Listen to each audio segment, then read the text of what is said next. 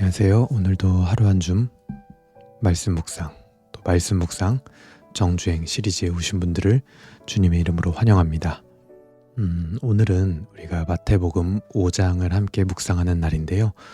오늘은 좀 평소랑 다르게 마태복음 5장 전체를 묵상하는 게 아니라 마태복음 5장의 일부 1절부터 12절까지 예수님께서 우리가 산상수훈 팔복 설교라고도 하죠. 이 팔복에 대해서 이야기하신 것을 가지고 우리가 오늘은 좀 특별하게 일부만 묵상을 하도록 하겠습니다. 왜냐하면 이제 이 팔복만 해도 우리가 이야기할 것들이 너무나 많기 때문에 그 뒤에까지 다 하기에는 우리의 적용이 사실은 깨달음이 따라가기가 너무 어렵습니다. 그래서 복음서는 이렇게 또 나눠서 때로는 좀 한다라는 점을 여러분 이해해 주시면 좋을 것 같습니다. 그래서 오늘 5장 1절부터 12절까지 먼저 한번 읽어보도록 하겠습니다. 마태복음 5장 1절입니다. 제5장 예수께서 무리를 보시고 산에 올라가 앉으시니 제자들이 나온지라 입을 열어 가르쳐 이르시되 심령이 가난한 자는 복이 있나니 천국이 그들의 것이며 애통하는 자는 복이 있나니 그들이 위로를 받을 것이며 온유한 자는 복이 있나니 그들이 땅을 기업으로 받을 것이며 의에 줄이고 목마른 자는 복이 있나니 그들이 배부를 것이며 긍휼히 여기는 자는 복이 있나니 그들이 긍휼히 여김을 받을 것이며 마음이 청결한 자는 복이 있나니 그들이 하나님을 볼 것이며 화평하게 하는 자는 복이 있나니 그들이 하나님의 아들이라 일컬음을 받을 것이며 의를 위하여 박해를 받은 자는 복이 있나니 천국이 그들의 것임이라. 나로 말미암아 너희를 욕하고 박해하고 거짓으로 너희를 거슬러 모든 악한 말을 할 때에는 너희에게 복이 있나니 기뻐하고 즐거워하라. 하늘에서 너희의 상이 큼이라. 너희 전에 있던 선지자들도 이같이 박해하였느니라. 네, 오늘 우리 1절부터 12절까지 묵상을 할 거기 때문에 제가 중간에서 조금 끊었습니다. 그래서 우리 1절부터 12절까지 그 유명한 팔복에 대해서 어떤 분들은 구복이라고 하시는 분들도 있고 통상적으로는 우리가 팔복이라고 하죠. 팔복에 대해서 우리가 함께 좀 묵상을 해보면 좋을 것 같은데요.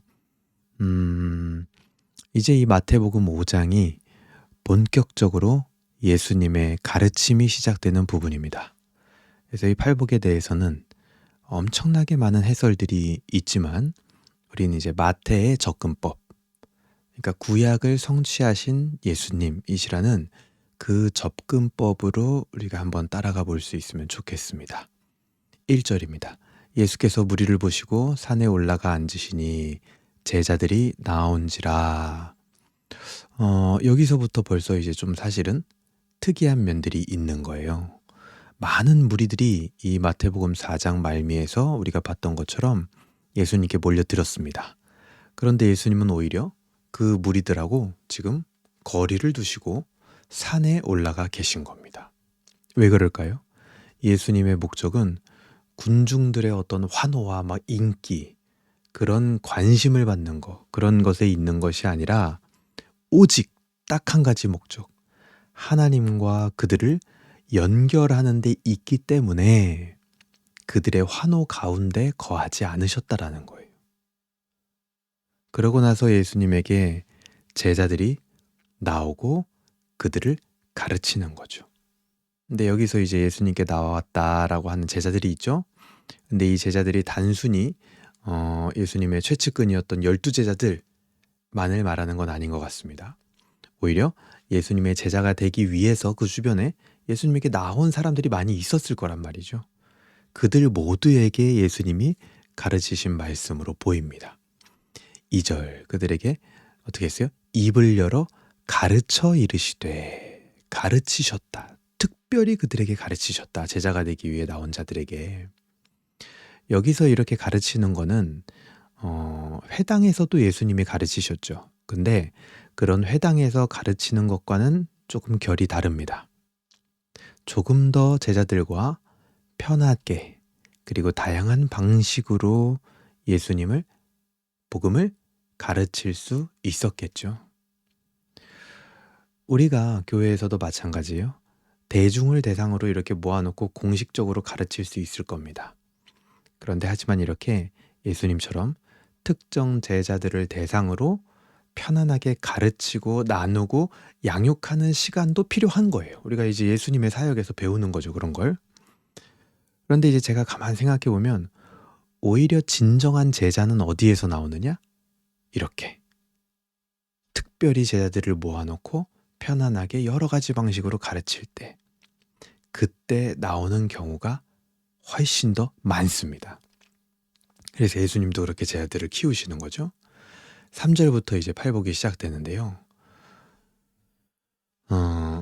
이 말씀하시니까 팔복을 예수님이 설교를 하실 때, 말씀을 하실 때, 이 내용의 시작이 원문으로 볼 때는 뭐가 먼저 있냐면, 여기서는 심령이 가난한 자는 복이 있나니 이렇게 얘기를 했는데, 원문에서는 복이 있도다 이렇게 시작을 합니다. 누가? 심령이 가난한 자. 복 있다 이렇게 얘기를 하는 거예요. 그래서 여기서부터 벌써 예수님의 가르침은 달라요. 보통 종교의 가르침은 뭡니까? 너는 무엇을 해야 한다, 무엇을 하지 말아야 한다, 이게요 종교의 가르침입니다. 그런데 예수님의 가르침은 뭐예요? 이미 복이 있다 너에게. 그러니까 예수님의 가르침이 복음인 거예요. 이미 복이 있다라고 말씀을 하시는 거예요. 무엇을 해야 한다라든지 무엇을 하지 말아야 한다라든지 그런 종교적 가르침을 넘어서는 가르침이 바로 복음의 기본인 거죠. 그러니까 우리가 교회에서 가르쳐줘야 될 것도 이런 거예요. 뭘 해야 됩니다. 뭘 하지 말아야 됩니다. 그게 아닙니다. 그 가르침을 넘어서는 복음이 자꾸만 선포되는 것이 교회여야 한다라는 거죠. 그리고 맨 마지막 이 산상수훈의 마지막에 가면 그 복이 있다라는 가르침 끝에 뭐가 있냐면 고난이 있다 라고 결론 지어지는 것도 완전히 인간의 예상을 빗나가는 이야기였죠. 자, 그럼 누가 복이 있느냐? 3절을 보니까 심령이 가난한 자입니다. 이사야서 61장에서 예언된 메시아는요, 가난한 자에게 아름다운 소식을 전하고 마음이 상한 자를 고치기 위해 보냄을 받은 자로 묘사가 됩니다. 왜냐? 하나님이 그렇게 통회하고 겸손한 자와 함께 하기를 원하시기 때문에 그렇게 마음이 상해 있고 고침이 필요한 자들에게 메시아를 보내시는 거죠. 시편도 여호와께서는 마음이 상한 자를 가까이 한다, 그리고 충심으로 통회하는 자를 구원한다라고 이야기를 합니다. 이런 통회하는 심정, 그것은 어디에서 옵니까? 죄와 죄의 결과물로부터 오는 거예요. 즉, 예수님은 죄로 말미암아서 하나님 앞에서 자신의 영적인 가난을 깨닫는 자를 심령이 가난한 자다, 그들이 복이 있다라고 얘기를 하는 겁니다. 그들에게는 뭐가 주어져요? 천국, 하나님의 나라가 선물로 주어진다. 죄로 말미암아 마음 아파하는 심령이 가난한 자에게 사실은 이 하나님 나라 천국보다 더 큰 선물은 없죠. 그것이 지금 여기서 약속되고 있는 겁니다. 예수님은요, 처음부터 가장 매력적인 선물을 꺼내들은 거예요. 야, 죄로 말미암아 고통하고 있는, 마음 아파하고 있는 심령이 가난한 너희들 진짜 복 있다. 왜요?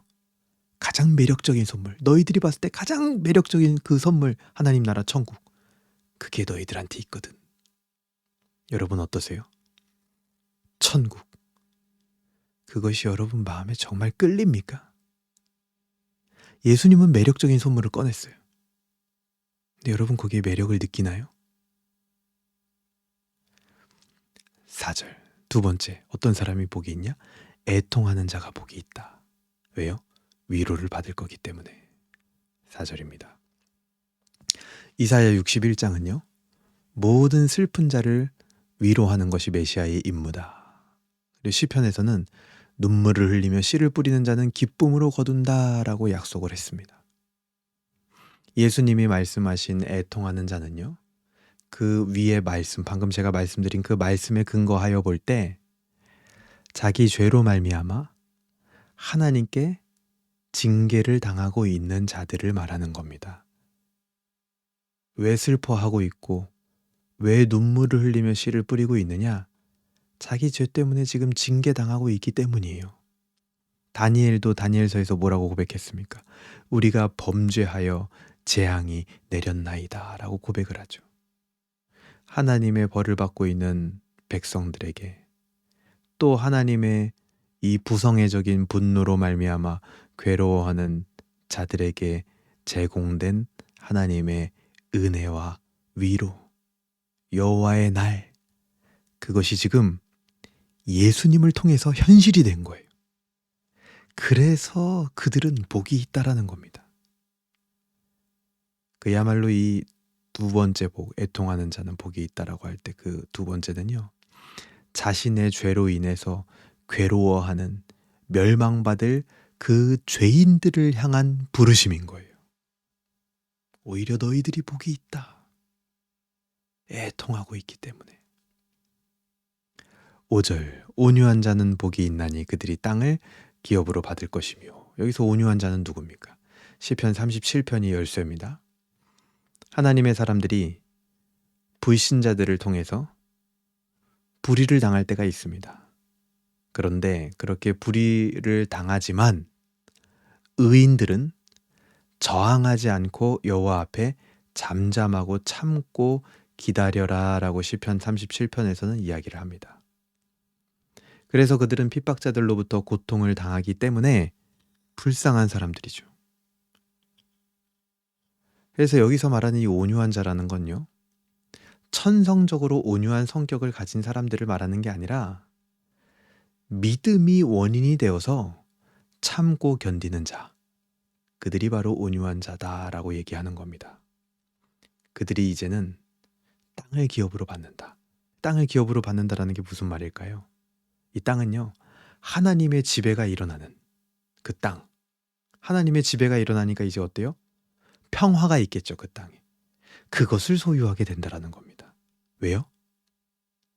그들이 믿음 때문에 참고 견디게 만들었던 그 불신자들에 대한 심판이 그들로 일어나는 게 아니라 하나님에 의해서 이루어질 거기 때문에 그것을 그들이 믿고 참고 견뎠기 때문에 실제로 그 평화가 왔을 때, 심판이 일어났을 때 이들이 그 땅을 얻는다라는 거예요. 조금 어렵죠, 개념이? 근데 단순하게 생각하세요. 온유한 자는 믿음 때문에 참고 견디는 자다. 그래서 그들이 땅을 기업으로 받는다라는 것은 이 땅은 하나님의 심판이 일어난 뒤에 평화가 있는 그 땅. 그들이 그 땅의 주인이 될 거라는 겁니다. 자, 첫 번째, 두 번째, 세 번째까지 왔죠? 여러분 흐름이 보이시나요? 맨 처음엔 뭐였어요? 심령이 가난 자. 자기 죄로 말미암아서 괴로워하는 사람들에 대해서 이야기를 하다가 지금 세 번째는 뭐예요? 자기 잘못이 없지만 하나님을 신뢰하고 따르고 있지만 그래도 고난을 받는 자들이 있다라는 거예요. 그렇게 지금 대상이 이렇게 흐름이 넘어가고 있는 겁니다. 6절 계속해서 봅니다. 의에 줄이고 목마른 자는 복이 있다. 야, 너희들 복이 있다. 누가 복이 있냐? 의에 줄이고 목마른 자. 여기서 의라는 말은 하나님 앞에서 죄책이 없다라는 겁니다. 죄에 대한 그 책무가 없다라는 거죠. 그렇게 죄에 대한 책무가 없었으면 좋겠다라는 소망을 가진 자. 하나님 앞에서 죄 없이 되려는 사람들. 그냥 어느 정도 그냥 그런 마음을 가진 게 아니라 그것에 대해서 굉장히 줄이고 목마른 사람. 그래서 결정적으로 그런 의지가 나타나는 사람들. 그런 사람들을 일컬어 의에 줄이고 목마른 자다 이렇게 표현하는 겁니다. 그들이 어떻게 될까요? 배부를 것이미요 이렇게 얘기합니다. 배가 부를 거예요 그들은. 왜요? 하나님이 그런 그들의 갈망을 완전히 채워주실 것이기 때문이죠. 누구를 통해서? 예수님을 통해서. 그리고 하나님의 영, 성령의 충만함을 통해서 그들이 그토록 원하던 하나님 앞에 내가 죄 없이 되고 싶다 라는 그것을 채워줄 거라는 거예요. 그래서 복이 있다라는 거죠. 7절은 긍휼히 여기는 자는 복이 있나니. 누가 복이 있냐? 긍휼히 여기는 자. 여기서 긍휼히 여기는 자라는 것은 다른 사람의 어려움을 보고 사랑으로 도와주는 것입니다. 이것은 율법의 핵심 정신과도 같죠. 레위기 19장에서는 내 이웃을 내 몸과 같이 사랑하라 라고 얘기를 했습니다. 그래서 이제는 너희 자신에 대한 어떤 의에 대한 목마름을 넘어서 내 이웃에 대해서 긍휼히 여기고 사랑으로 적극적으로 돕는 것까지 지금 흐름이 나아가고 있는 겁니다. 오늘날도 많은 사람들이요, 종교적인 생각이나 깨달음을 얻는 거 굉장히 좋아합니다. 그래서 유튜브에서도 기독교 콘텐츠를 많이 소비를 하죠. 신앙도요, 내가 직접 하는 것보다 구경하는 걸 좋아합니다. 자신이 본 것, 자신이 들은 것을 자기가 직접 소유하거나 행하기는 굉장히 꺼려하는, 기피하는, 보는 것만으로도 그냥 대리만족을 얻는 그런 시대가 바로 이런 시대인 것 같습니다. 예수님은요, 그 부분을 정확히 찝어내는 거예요. 그 흐름에 따르지 않고 긍휼히 여기는 자, 내 이웃에 대하여 사랑으로 적극적으로 돕는 그런 자들, 그런 자들은 오히려 그들이 긍휼히 여김을 받을 것이다. 그래서 결국 그들이 사랑에 성공하게 됩니다. 자기가 베푼 걸 결국 자기들이 돌려받는 거죠. 그래도 무언가 하려고, 사랑으로 도와주려고 하는 자들, 그들에게 하나님이요, 불쌍히 여겨주니까 사랑할 수 있는 힘을 넣어주시겠죠. 그래서 그들은 사랑에 성공합니다. 8절, 어떤 사람이 복이 있냐? 마음이 청결한 자가 복이 있다. 이 마음이 청결하다라는 것은 하나님과의 관계를 말합니다. 시편 24편은 여호와의 산에 오를 자가 누구냐? 라고 묻습니다. 그 대답이 뭐냐? 그의 손이 깨끗하고 마음이 청결한 자다, 이렇게 얘기를 해요. 다윗도요, 하나님께 어떻게 기도했습니까? 자기 속에 정결한 마음을 창조하여 주시옵소서라고 기도했습니다. 하나님만이 청결한 마음을 만드실 수 있는 분임을 깨달은 거죠. 실제로 하나님은 에스겔서에서 너희에게 새 마음을 줄 것이다 라고 약속하셨습니다. 세례 요한도 모든 이들의 마음이 부정하기 때문에 모든 사람들을 회개의 대상으로 선포했습니다. 그래서 마음이 청결해진 자, 마음이 청결한 자는, 마음의 정결함을 얻은 자는 어때요? 하나님을 보게 된다. 그것이 오늘, 지금 이 순간 예수님이 말씀하실 때 이루어지고 있는 거예요. 어떻게 해요? 예수님을 보는 자는 아버지를 보는 것과 같은 것이기 때문입니다. 그리고 오늘 우리에게는 어떻게 이루어졌습니까? 하나님의 영으로서 성령이 우리 안에 내주하심으로 벌써 지금 하나님과 매우 가까워진 거예요. 우리는 우리 안에 새 마음을 하나님이 창조해 주신 거죠. 그러니까 예수님이 그 우리를 봤을 때 어때요? 이야, 복이 있다. 9절, 어떤 자가 복이 있습니까? 화평케 하는 자가 복이 있다. 여기서 말하는 화평케 하는 자도요, 천성적으로 평화를 좋아하는 자를 말하는 게 아닙니다. 정확한 번역은 평화를 도모하는 자예요. 아마 이 예수님이 이 말씀을 하실 때 당시의 시대적 상황에 빗대어 말씀하신 것으로 보입니다. 이 당시 이스라엘은 로마의 속국이었죠. 끊임없는 독립투쟁으로 전쟁이 끊이질 않았습니다. 그래서 그 전쟁을 하는 사람들은요, 전투를 통해서 하나님의 나라가 도래한다라고 믿었어요. 구약의 비느하스의 열심을 그들의 모델로 삼았습니다. 결국 유다와 로마의 전쟁은 예루살렘의 멸망으로 이어지게 되죠. 예수님은 이런 배경에서 뭐라 그러셨어요? 화평케 하는 자. 이야, 너희들은 참 복이 있다. 예수님은요, 이 말씀을 하심으로 말미암아서 자기 뜻대로 지상에서 하나님의 나라를 이루려는 그런 생각들을 다 금지시키십니다. 무력으로, 힘의 논리로 해방운동을 하는 세력을 기독교의 이름으로 지원하는 것에 대해서 경고하고 있는 거예요. 오직 화평케 하는 자만이 하나님의 아들이라 일컬음을 받을 것이다. 그래서 그들은 참 복이 있다. 오늘날에도 우리가 매우 유의미하게 받아야 되는 겁니다. 화평케 하는 자. 분노를 조장하고 분열을 조장하는 자가 아니라 화평케 하는 자. 그들이 하나님의 아들이라 일컬음을 받기 때문에 복이 있다라는 거죠. 10절, 어떤 자가 복이 있습니까? 의를 위하여 박해받는 자는 복이 있다. 너희들은 참 복이 있다. 왜? 의를 위하여 박해를 받고 있기 때문에. 그래서 여기 10절부터는 주제가 핍박이라는 주제로 넘어가게 됩니다. 의를 위하여 박해받는 자. 여기서 의를 위하여, 이게 핵심이죠. 여기서 의라는 거는 6절에 나온 의의 개념과 동일합니다. 그야말로 하나님의 뜻대로 살고자 하는 거죠. 죄 없이 되고자 하는 그 노력, 하나님의 뜻대로 살고자 하는 그 노력, 그것이 핍박의 원인이 되는 겁니다. 그래서 의를 위하여, 그게 중요한 거예요. 자기가 핍박받는 게 막 자기 자신 때문이 아닌 거예요. 의를 위하여 핍박받는 자에게 주어지는 하나님의 선물은 뭐예요? 천국. 그 핍박과는 비교할 수 없을 정도로 큰 겁니다. 그래서 복이 있다라고 말하는 거죠. 11절부터 12절까지를 이제 따로 보면은 이거를 이제 구복이 된다 이렇게 말씀하시는 분들도 있는데, 보통은 하나로 보죠. 11절부터 12절까지 좀 더 이 강조를 합니다. 뭐라냐? 나로 말미암아 너희를 욕하고 박해하고 거짓으로 너희를 거슬러 모든 악한 말을 할 때에 너희에게 복이 있다. 특히 예수님은 이 제자들을 핍박으로부터 더 강하게 지금 무장시키는 겁니다. 왜요? 제자들에게 핍박이 있을 거거든요. 여기서도 핍박의 이유가 뭡니까? 나로 말미암아. 예수님 때문에 박해가 일어난다라는 거예요.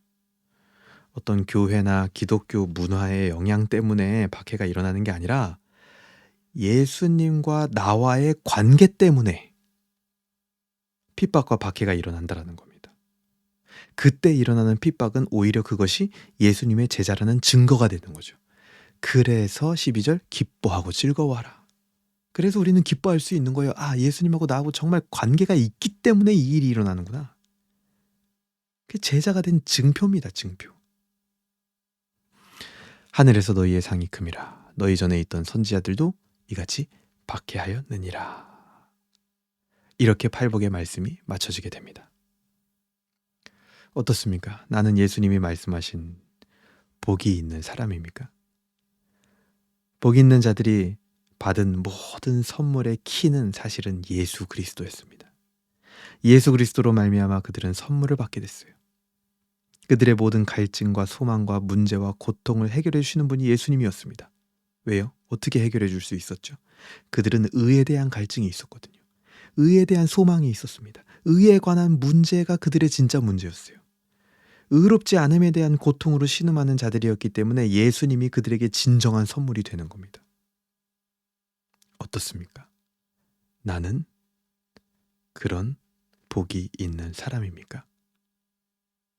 아니요, 질문이 틀린 것 같아요. 어떻게 보면 이렇게 얘기하고 싶어요. 우리는 그런 복이 있는 자들입니다. 누구 때문에? 나 때문이 아니라 예수님 때문에 우리가 그렇게 되어졌잖아요. 그래서 우리는 복이 있다라고 말하는 겁니다.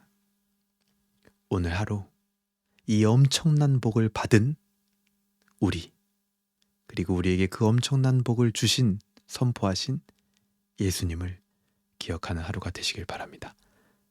제가 기도하고 오늘 묵상을 마치도록 하겠습니다. 하나님 감사합니다. 오늘 마태복음 5장 팔복의 말씀을 통하여 우리에게 이 엄청난 복들이 임했음을 다시 한번 돌아보게 됩니다. 우리에게 이미 임한 이 복으로 말미암아 우리 입가에 미소가 번지게 하시며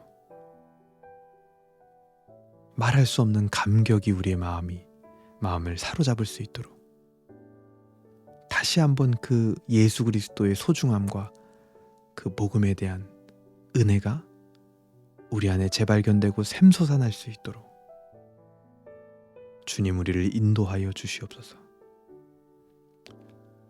우리의 모든 갈증,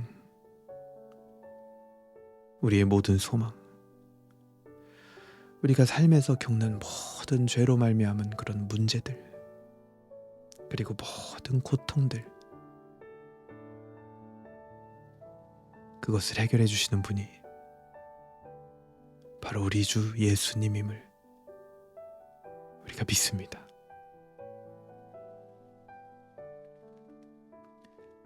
예수님을 우리의 진정한 선물로 삼는